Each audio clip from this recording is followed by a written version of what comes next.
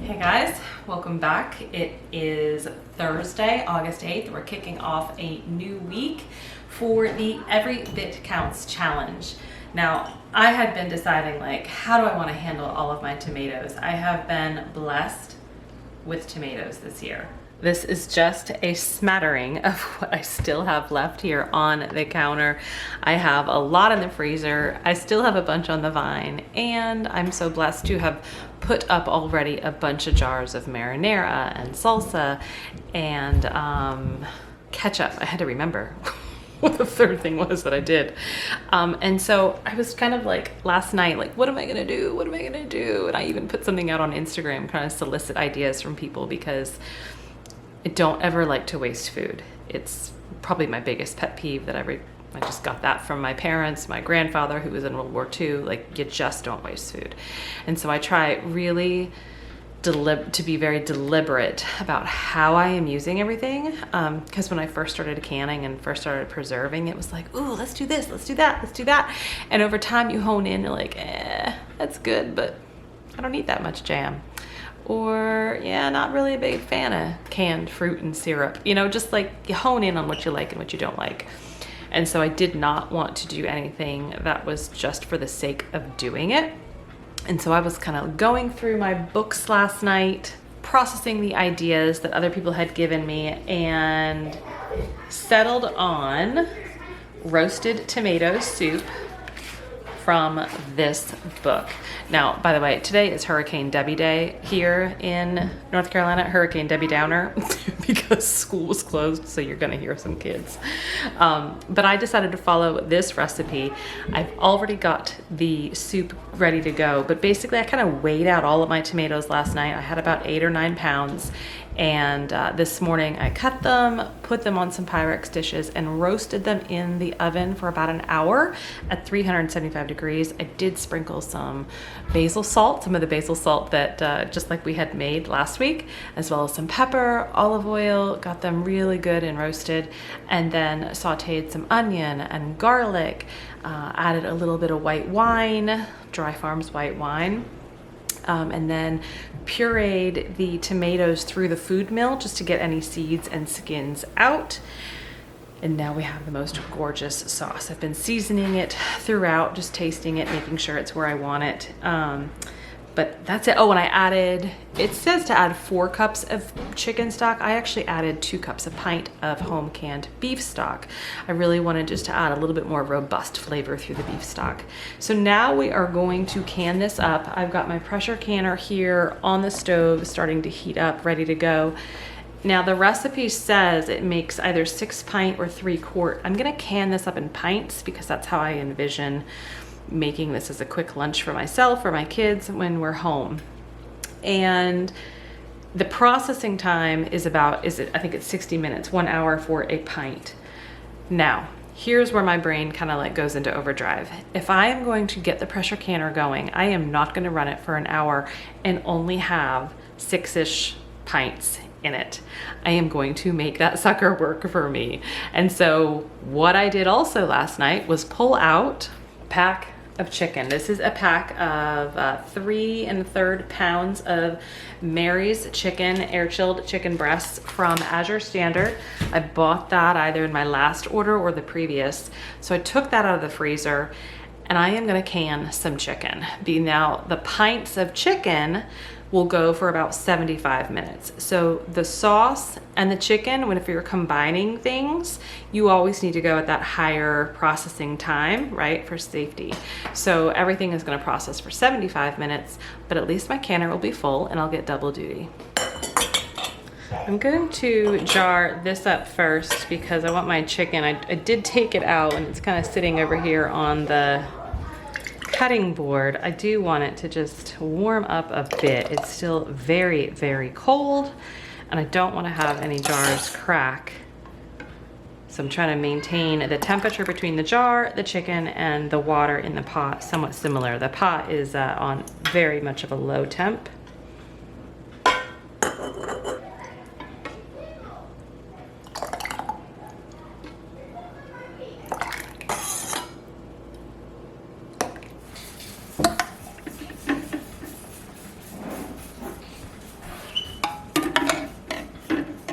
All right, now we're gonna get the chicken cut up and in the jars. I like to use wide mouth pints for my chicken. You could use regular mouth. I prefer wide mouth because it just, for me, it's easier to get the chicken in and get the chicken out after it's done. I am going to use all-purpose seasoning, Redmond real salt all-purpose seasoning. So when you're canning meat, especially chicken, you have the option to add a little bit of salt into each jar. I do recommend you do that. It really does make a difference within the flavor. But I am gonna change it up this year and do the seasoning salt just to add a little bit more flavor to the chicken. It is Redmond real salt, garlic, onion, coriander, mustard, celery seed, black pepper, paprika, turmeric, and parsley, all organic. So I'm going to chop my chicken up, put that in there, and what we use the canned chicken for mostly would be chicken salad, but it's also something that can just easily be added into any kind of pasta. It's just a really quick way to get protein in on a busy night. I'm not sure how many jars I'm gonna need yet. I've got 5 here. I'm gonna put in a half teaspoon of the Redmond real salt into each jar.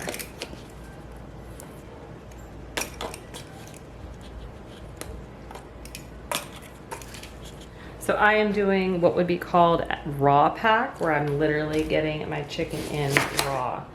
It's still kind of frozen in there. So I am not going to kind of yank the canner up to a high temperature right away. I'm gonna get this in, let it go on a simmer for maybe a good 30 minutes or so, and try to get everything warmed up before we start the canning process.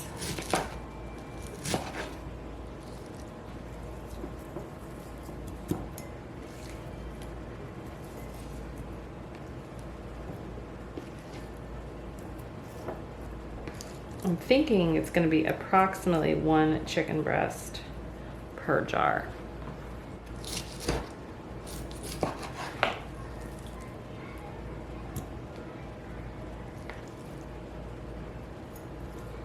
All right, so I did get 5 pints filled. Now, when you're doing this with chicken, and I'm following the guidelines from the National Center for Home Food Preservation in the United States. That's the website you can go to find this information. They say a teaspoon of salt per quart, so half teaspoon per pint, and cut up your meat, put that in there, and we're not adding any liquid, because through the canning process some liquid is going to naturally escape the chicken, and it will kind of fill the jar a little bit. And that way, when you're done and 3 months down the line you want to open a jar, you actually don't drain that liquid. You kind of mix it all in together so your chicken is not dry. All right, I'm going to put these in. These are cold. They are cold. This is where thermal shock can happen, and this is where people lose jars, things crack, and it is a nightmare, and I'm praying that doesn't happen right now. But my water is just kind of lukewarm, so I'm gonna get these in. Hopefully we don't have any problems, and let it just sit for a little while before we turn the canner truly on.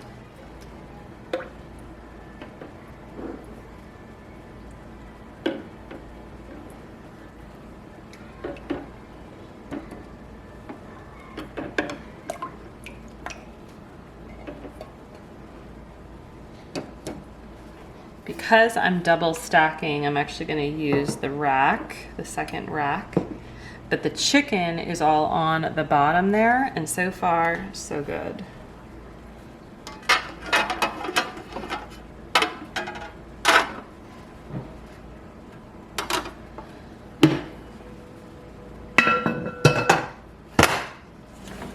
Okay, I did not lock the kind of locking lid mechanism on yet, and the burner is on low. It's not on a 2 or 3, it's literally on low. I'm going to leave that there for about, like I said, 20-30 minutes. Then I'll turn the heat up, I'll lock the lid on and get the canning process going.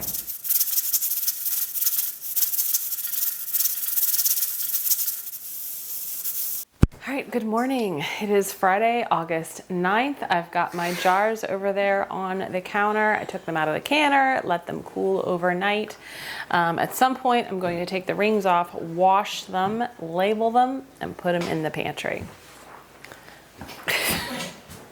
Yeah, Hurricane Debbie Downer is still here, and so we have a 2-hour delay with school. So you may see some children. All right, today is a lard day, and that probably sounds so disgusting. But lard is very useful in the home. It doesn't matter where you live, city, country, lard can actually be very useful. And I'll be honest, it took me a little while to kind of get used to the idea of using it, cooking with it, and certainly kind of rendering it down, which is what we're going to do today for the Every Bit Counts challenge. But once you kind of get past your own hang-ups about it, and I think those hang-ups honestly come from propaganda and marketing from the 1980s, right? Where lard's bad, lard out, Crisco in, which we now know Crisco is horrible. Horrible. It is worse than anything. The partially hydrogenated fats are just not what you want. Lard is a natural, sustainable. So I just have a little bit of water here. I'm going to put that in the bottom of the crock pot, and we're going to start cutting this up.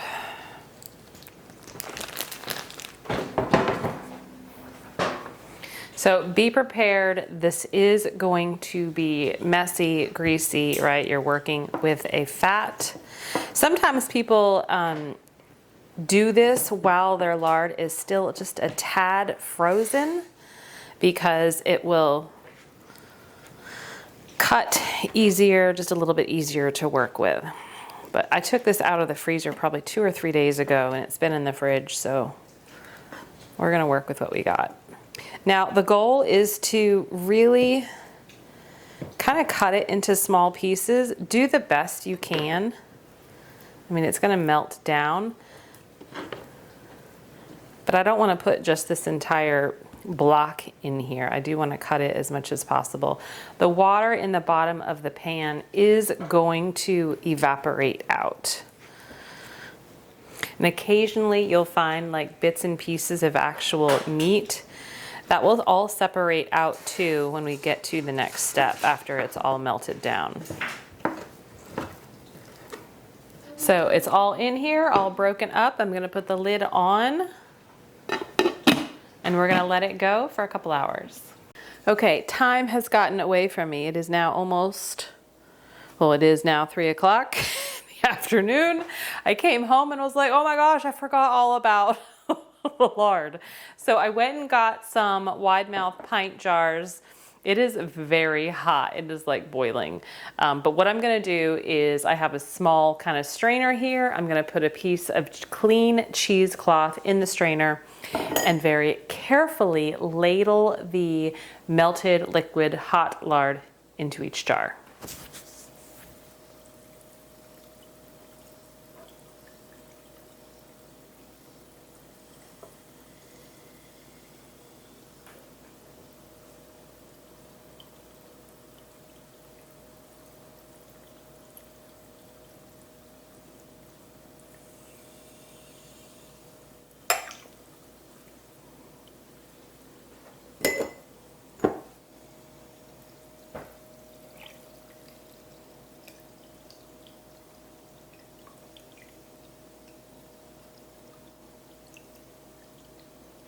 So these are extremely hot. I'm just gonna let them sit and cool here on the counter, and you can kind of already see it, but they're gonna start to kind of cool and harden from the bottom to the top. And so while the top is still pretty translucent, you're starting to see the bottoms get a little more opaque.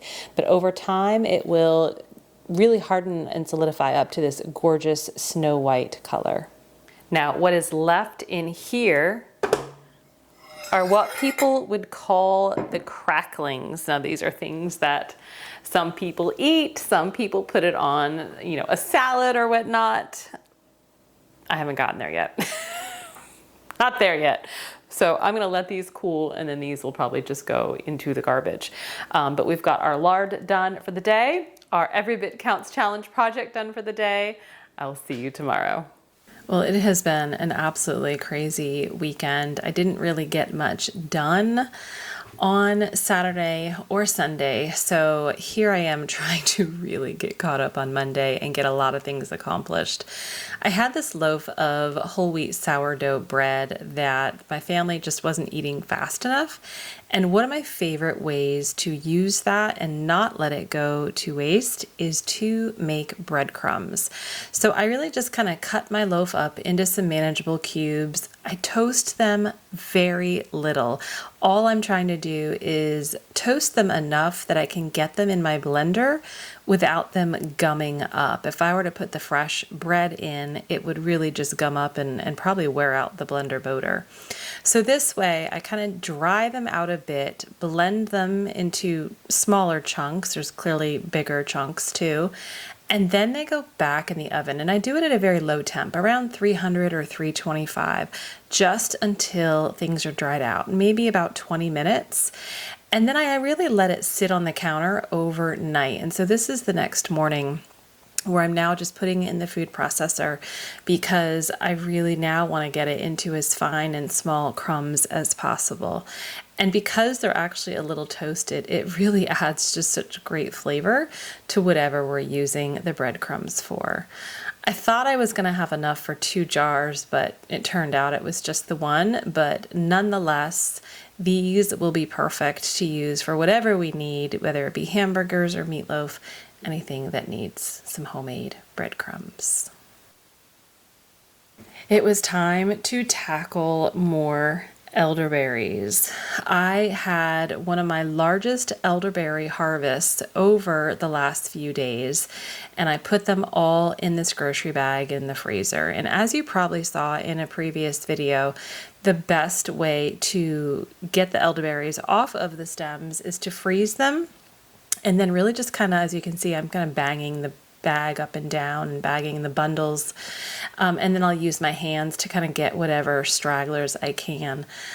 I try so hard to not be totally particular here and get every single one, but it's hard because these berries are gorgeous. I started harvesting probably about a month ago, and for sure, the berries that I've gotten in August are much bigger and darker, and the clusters are just so much more beautiful. And I was really impressed and surprised with how many I got. Like I said, this is probably my largest elderberry harvest to date. And I decided to freeze dry these. As you can see, I'm putting them on the Harvest Right freeze dryer trays because I think I just had too many to try to handle in the dehydrator at a manageable temperature and a manageable time for our schedule. And so these I decided to freeze dry because I also wanted to put these into a much longer storage rather than just in a mason jar in our apothecary, because we already have probably about a gallon's worth of elderberries at our disposal. I wanted these to be held for a much longer period of time should our plants not produce as much, another year in the future. So I had 4 trays of these elderberries that were previously frozen, and then I had 1 tray of banana slices that I had had in the freezer ready to go for whatever my next batch was. My son loves freeze-dried banana slices, and so I wanted to make sure I did those for him because his birthday is coming up. These actually went in the freeze dryer for about 23 hours. So while the freeze dryer was going, I decided to tackle a couple of more of the tomatoes. And I say couple in jest and joke because this year has been all about the tomatoes from our garden. It's tomato palooza in our garden, in our house, and no complaints. Certainly my best tomato year ever. And so this time, I don't even know, as I'm cutting these tomatoes, I don't even know what I'm going to do with them. I just know I need to roast them and I need to get them into some sort of sauce. I think it was probably halfway through the cooking period that I decided what I wanted to do with them. But I decided to sprinkle some of that basil salt that I had made, just like we did previously in this year's challenge. This is the salt that I made last year, this basil salt. A little bit of EVOO, and then they went into a 375-degree oven for about 45 to 50 minutes. Once they were cooled, I did put them through the food mill. Now, I have an electric food mill when I have my big sauce making days, but I have to tell you, having this stainless steel hand mill has been a lifesaver so far. I have not needed to get out the big behemoth food mill unless I'm going to be processing huge amounts of tomatoes. And so this was great because it wasn't very much. It was just enough, though, to make sure I felt accomplished with nothing really going to waste. So I decided to keep it on the stove for just a couple of hours on low. I brought it to a boil and then simmered it for a couple of hours. I did eventually add garlic powder, crushed oregano, thyme, and some onion granules, and a little bit of salt. Oh, and dried basil, crushed dried basil. And I decided that this was like a really good consistency to make into pizza sauce. So I found 5 half-pint jars, thankfully, because I think those are the size jars that I really need more of. I was grateful I found those 5. And I figured, the half-pint size was perfect for one pizza crust. And so I'm really happy to do this because I have never canned our own pizza sauce ever. And so I did this for about 35 minutes in the steam canner, and they came out so good. Once the elderberries were done, I was able to get them into a gallon-sized Mylar bag. It was a mess. Oh my goodness. It was certainly more of a mess than I had hoped it would be, and I needed to clean up my kitchen after this project was done. But I found by the 3rd tray that using the bench scraper to really help loosen the berries from the silicone mat made all of the difference. The last project to round out this week's Every Bit Counts challenge involves water glassing eggs. And this may be a brand new concept to you, but it involves taking farm fresh, unwashed but clean eggs and preserving them in a lime water. So what I'm using here is food grade lime. And now I'm putting in some filtered water, which turned out to actually also make a mess. And so I needed to switch out the pitchers. But the ratio that I follow is 1 ounce of hydrated lime to 1 quart of filtered water. You want to use either filtered or distilled, but non-chlorinated water. You mix that up, and then you can very carefully and gently put your unwashed farm fresh eggs in. Now, I had 2 dozen eggs here to do, and so I did actually 2 ounces of the lime and 2 quarts of water. And as you'll see, it perfectly filled up my gallon jar. So by placing the eggs very carefully and kind of laying them on top of each other in the hydrated lime solution, the lime actually preserves the shell. It kind of puts a barrier around it just to make sure that nothing is permeating through it. And you really have these wonderful eggs to use throughout the year. I did this the last few years, and I've had them last up to about 9 to 10 months. So it was really fantastic in the winter when our chicken lady, whose eggs were just kind of slowing down a bit, and as chickens normally do in the winter. And so I just kind of write on the jar how many eggs there are, the date I did it, and then I put them in our pantry. As you can see, I have a whole nother gallon over there, and that has 36 eggs. And so excited to have 60 eggs stored for the winter. Thanks for joining. Stay healthy, stay well. Bye-bye.